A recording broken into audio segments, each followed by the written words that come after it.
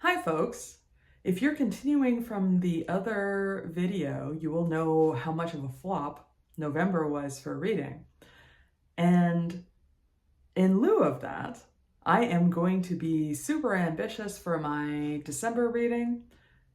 Even though there's a holiday in there, we're going to see how I do. I have a few books that I want to get through, and a lot of the books I have in physical copies, so that's different. There is one that I only have in audiobook form, so I'm going to mention that one last. But yeah, so let's see how I do. Do you think I can get through them? I don't know, but I have faith that I'm going to try. I have at least that much faith. The first one that I have is Richard Lehman, and it's called Island. Now, it's a little bit of a chonker, not gonna lie, and at first I was like, okay, so it's a little bit of a bigger book, so am I gonna actually get through it? And then I saw that the font was bigger. And I'm like, okay, that's not too bad because I'm gonna fly through this book. And then I realized, to my dismay, it was only the introduction that was written like that. And that was by a different author. The rest of the book has much smaller font.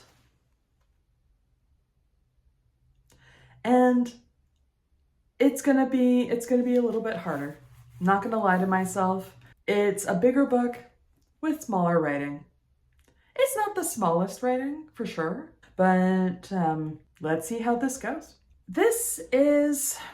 I think this book sounds like it's a traditional kind of shipwreck novel.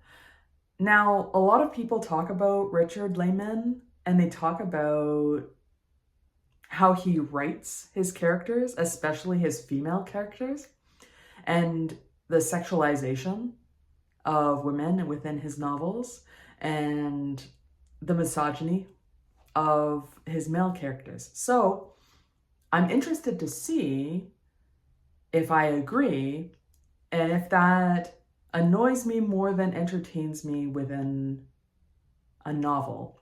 At the end of the month, I'm going to do a review and I will tell you if that is the case. So, like I said, basic premise is a shipwreck. It sounds like the main character is a man and he is stuck on an island and he's the only man. The other people that are in the shipwreck are women. And that's all fine and dandy. That sets it up to be kind of a fantasy island situation for him. But there's a thing that happens. The people that originate from the island don't like the shipwrecked people. And apparently there's horror and chaos that ensues with this book. So we'll see how scary it gets. We'll see how gory it gets. I think that Richard Lehman is known to have more horror elements within his novels, so we'll see. I haven't read any of his, so I'm just going based off of what I remember from other people. So another book that I'm going to read for my reading challenge is, I'm gonna try my best to read this here, the Valancourt book of Victorian Christmas Ghost Stories.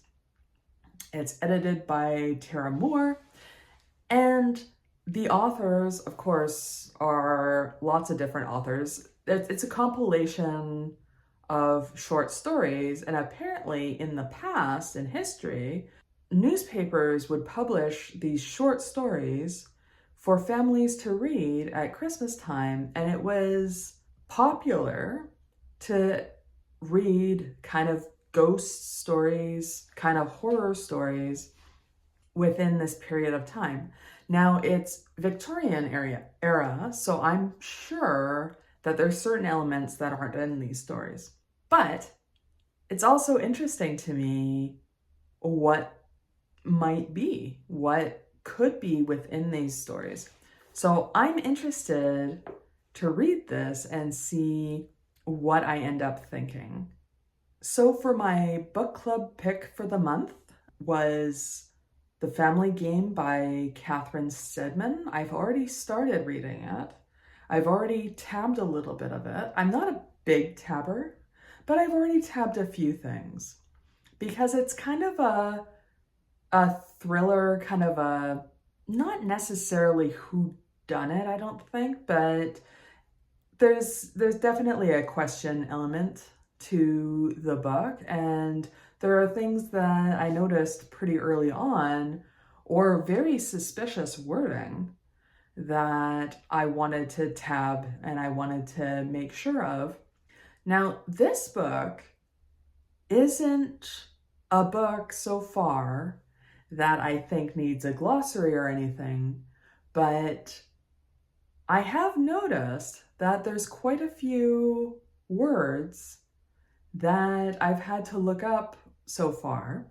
Most of them are to describe people that are wealthier and whatnot. So I think it's kind of interesting to learn about these words, to learn about lineage, and if it's considered to be old money, you know, how that passes on, the words that are used to describe these kind of cultural aspects of people that come from wealth and have generational wealth. So that's been interesting. It's not going to count for my challenge by any means because it's my book club, but it's what I'm going to be reading for this month. I'm pretty excited about it. I think already I like it more than the book club last month. So we'll see how that goes. So I'm not very far into my book club pick to be able to tell you enough about what the synopsis is. So I'm going to read you what's on the inside flap. A rich, eccentric family, a time-honored tradition, a lethal game of survival. One woman is about to find out if she has what it takes to join her husband's family in this riveting must-read thriller from the author of Something in the Water and Mr. Nobody and The Disappearing Act. The rules: listen carefully, do your research, trust no one, and run for your life. What more can a girl want from her thriller? That sounds like an absolutely great time. The last book that I am reading for my challenge in December is Bunny by Mona Awad. Now this book I've heard a few times from other people, and it's gotten rave reviews. I mean, there's a review on the book by Margaret Atwood, I believe. And I only have it in an audio book form.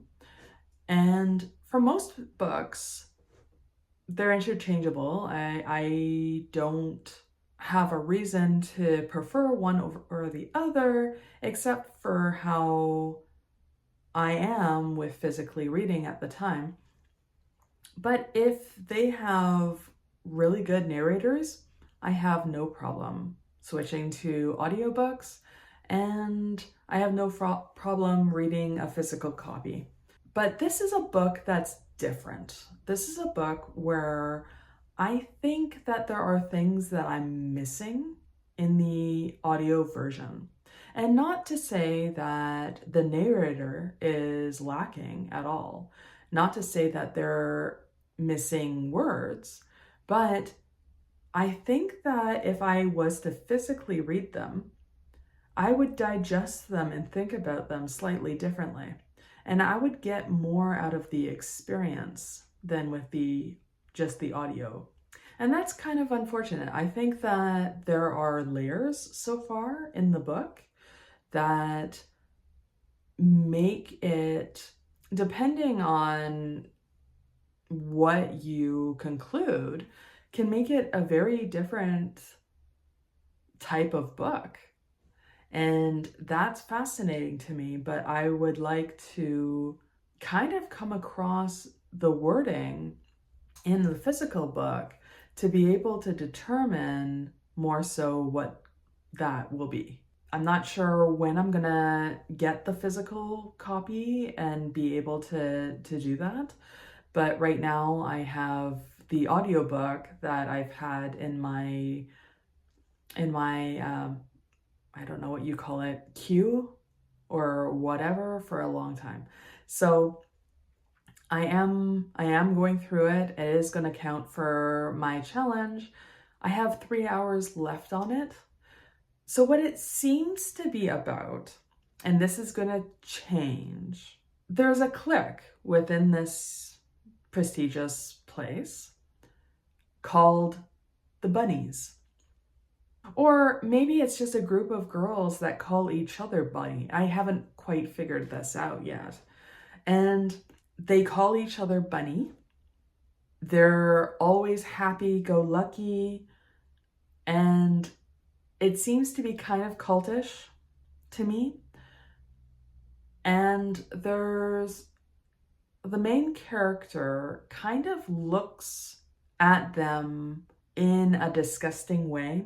The main character kind of looks at them as though there's something wrong there.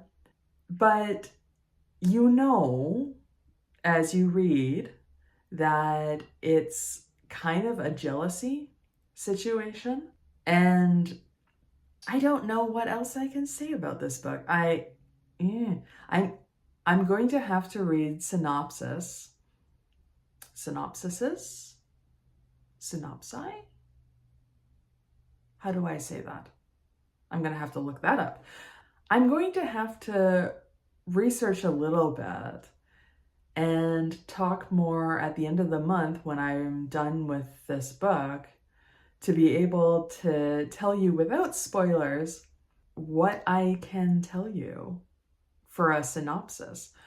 Because there's so many different layers to the book, I don't actually know what I can say.